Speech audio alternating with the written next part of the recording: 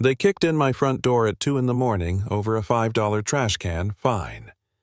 The sound of the frame splintering still echoes in my head, sharp and unreal like a gunshot. And when the two men in fake HOA security polos stepped into my foyer with a crowbar and a pistol, they didn't expect my son, quiet, disciplined, battle-hardened from years of Special Forces training, to be waiting in the dark. That was the night everything broke open. But the truth is, it started weeks earlier with a soggy pink slip under my windshield wiper. It was raining that morning, the kind of steady drizzle that turns everything gray and metallic. I thought the paper was a cheap pizza flyer until I peeled it off and read the words HOA violation trash cans visible from the street. $5. I actually laughed at first. Our garbage cans had been in the same spot for 12 years. But of course I knew who was behind it. If anything ridiculous and official-looking showed up in our neighborhood, it always traced back to Karen Lawson. She was the HOA president, self-appointed queen of the cul-de-sac, ruling over our beige suburban kingdom with the smugness of a Roman emperor. I tossed the notice on the counter. My wife Jill looked up from her laptop, glanced at the dripping slip, and didn't even blink. "Let me guess," she said. Karen found a new way to fund her beige mailbox crusade. My daughter Emma wandered in, scrolling her phone, grabbed a yogurt, and casually said, "Another one." Turns out Mrs. Henderson down the street had gotten fined for a garden gnome. Mike across the road, $10 for an oil stain on his driveway. This wasn't random, it was a pattern. Jill was already typing furiously, building a spreadsheet of every neighbor she could reach, color-coded fines and dates. I wanted to pay the $5 and move on. Jill saw something bigger. And Luke, my son, who'd only been home 6 months from his last deployment, he didn't see a nuisance. He saw an opening move. He barely said a word, just studied the slip like it was intelligence from the field. Later that night, while I sulked about the absurdity of it all, Luke was setting up a trail camera across the street, tucked high in the branches of an oak. "We're not reacting anymore," he said quietly. "We're observing." 3 nights later, the camera caught a grainy black-and-white clip of a kid in a hoodie slipping papers into our mailbox. Federal crime right there on video. When he looked up, the infrared lens nailed his face. Dale. Local kid, maybe 20.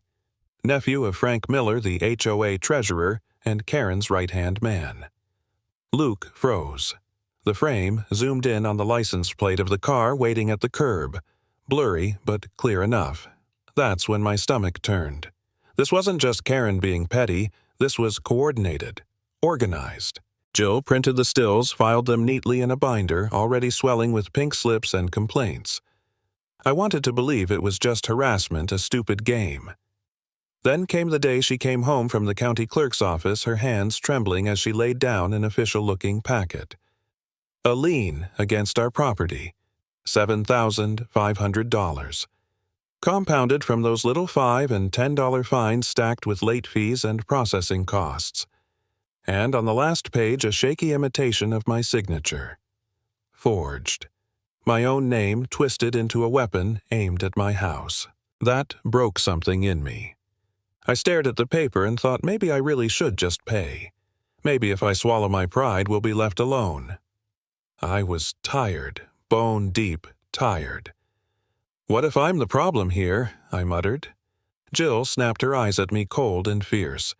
"You think this stops with us? They're filing liens against Henderson Sanders half this block. If we back down, we lose everything. Not just the house, the principal.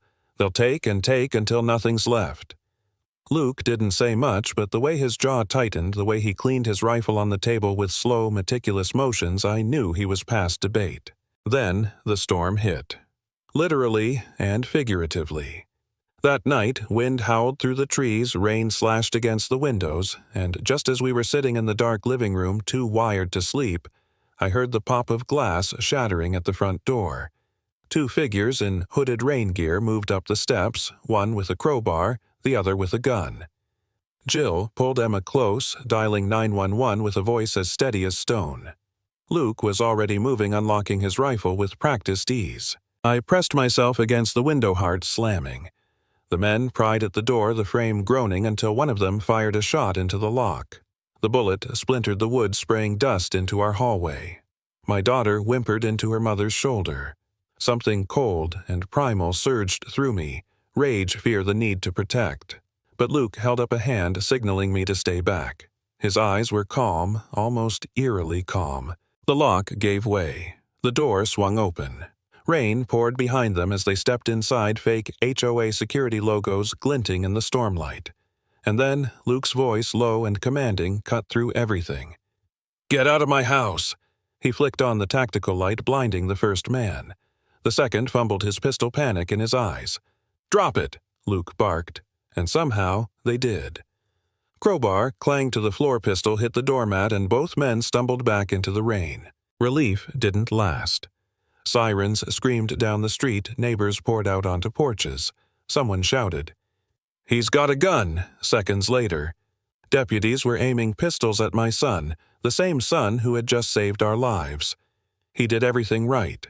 Lowered his rifle, dropped the magazine, cleared the chamber, laid it all neatly on the porch, raised his empty hands. But they still cuffed him and shoved him into the back of a cruiser, watching him disappear in those flashing red and blue lights. It was the lowest moment of my life. Jill saved us. She pulled out that binder, the spreadsheet, the video, the forged lien, laid it all on the detective's table. At first, he looked at us like we were crazy. But then he saw the arrow key in the photos, the kind only federal postal workers carry. He saw the fake badges, the HOA shirts, the files with neighbors' names. Fraud, mail crimes, conspiracy. Suddenly, this wasn't a civil spat.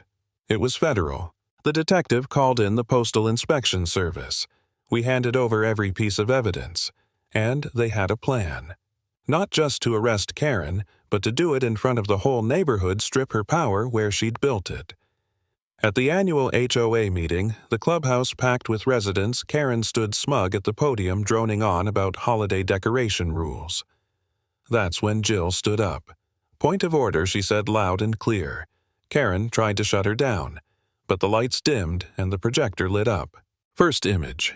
Dale caught stuffing our mailbox, timestamp glowing. Gasps filled the room. Next, the license plate. Then, the forged lien with my signature blown up 10 feet tall. Neighbors erupted. Mike shouting he had a lien too, others yelling amounts 15,000, 10,000, all fake. The room turned into chaos, a mob of voices demanding answers. Karen tried to bark over them, but her face had drained of color. And then the back doors opened. The detective and Inspector Martin walked in, deputies behind them. Karen Lawson, the detective, boomed, "You're under arrest for fraud, conspiracy, mail fraud, and possession of a stolen postal key." The roar in the clubhouse was deafening. Phones shot into the air, recording as two deputies pulled her arms behind her back, the handcuffs clicking shut. In that moment, watching her smug smile shatter, I felt something I hadn't felt in weeks. Relief. Not joy, not celebration, just the heavy weight of justice finally dropping where it belonged. She thought she could bully us with fines, liens, even hired muscle. She thought we were just another family of sheep. She never imagined we'd fight back with evidence, with discipline, with truth. And if you take anything from my story, let it be this: you can't let bullies win.